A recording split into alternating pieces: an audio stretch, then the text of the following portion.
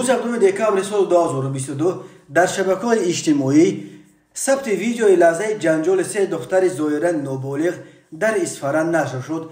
در ویدیو دیده میشد که دو دختر یک دختر دیگر را شط زنان و از مویش کشیده به لب آب میبرند. در راه وقتی که مویش را میکشند دختر جبر دیده ناله میکند و چند بار به زمین هم میافتد، ولی باز زیر مشت و شطق قرار میگیرد. در نهایت آن دو دختر جبر دیده را به لب دریا میبرند و با وجود هوای سرد او را به درون آب تیله میدهند. این دختر با آواز ترس خورده و گریان و نالان از آن دو نفر التماس میکند که این کار را با او نکنند. من این کار را نمیکنم، کردگی هم نبودم اپا، توبه میکنم. ولی آنها همچنان او را گشته و برگشته به درون آب سرد تیله میدهند. معلوم نیست که چه کار کردن دختر جبری دیده باعث چنین بدرفتاری آن دو نفر نسبت به وی شده است. ولی بسیاری ها در زیر این ویدیو در شبکه‌های اجتماعی چنین رفتار را باز یک علامت دیگر افت ارزش‌های اخلاقی در جامعه نامیده از مقامات حفظ حقوق خواستند که تا این دختران را پیدا کرده برای این مجازات خودسرانه یا سمسود جزا بدهند.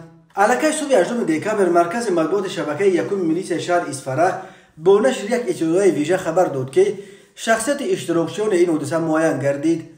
همه آنها نابالغ بوده. دو دختر، یکی 14 و دومی 16 ساله، یک دختر 14 ساله را چنین آزار دادند. بهر معین و دستگیر و به طور ابجکتیوی مورد سنجش قرار دادن قضیه مذکور، کارمندان سمت‌های اپراتیوی و تفتیشاتی میلیس شعبه وزارت کارهای داخلی یکی جمهوری تاجیکستان در شهر اصفهان سفربر کرده شده. ضمن برگزاری چهاربینی‌های اپراتیوی جستجویی صبح 8 دکامبر جوان دختران اوباش را در منزل‌های استقامتیشان بازداشت و دستگیر کرده به مقامات میلیس شهر اصفهان دسترس نمودند. آنها بیگم و مهرانه سال تولدش 2008 استقامت کننده شهرک شورا به شهر اصفهان، روزمت و موزونه سال تولدش 2006 استقامت کننده شهرک شورا به شهر اصفهان می باشند. گفته می شود در اطلاع میلیس اصفهان ضمن سنجش حادثه معین کرده شده است که حادثه روز 27 نوامبر رخ داده است. تخمینا ساعت 14:30 سحنه 27 نوامبر سال 2022 با کوچه عباد فیض‌الله شهر اصفهان روبروی آشخوده لوله یک جایه با جبر دیده شاهانه رفته با مقصد اوباشی یعنی دخلانه ویران نمودن ترتیبات جمعیتی که در آن بی احترامی نسبت به جمعیت ظاهر می‌گردد و با استفاده زورآوری نابالغ دختر را مورد لطکوب و آزار جسمانی قرار دادند و یکی از آنها این حالت را به نوار گرفته بعد چند روز گذشتن از حادثه مذکور در شبکه‌های اجتماعی پهن کرده است.